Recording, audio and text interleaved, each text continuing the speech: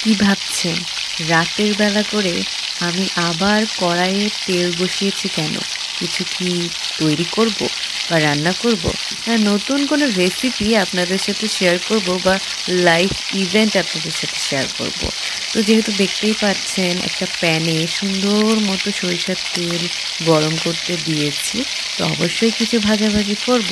Mainly আজকে রাতের ডিনারের জন্যই কিন্তু একটা হালকা পাতলাভাবে সেরে ওয়াও! ফেলা যায় এরকমই কিন্তু একটা খাবার তৈরি করছি। হ্যাঁ, আপনারা কিন্তু ডিম ভাজি কমবেশি সবাই রান্না করতে পারেন। সো এটার রেসিপি বলার মতো কিছুই নেই। এই যে আমার আম্মু ডিম দুটো এভাবে সুন্দর মতো করে ম্যাশ করে নিচ্ছিল, গুলিয়ে নিচ্ছিল। তারপরে এই যে গরম তেলের মধ্যে হালকা করে দিয়ে দিল।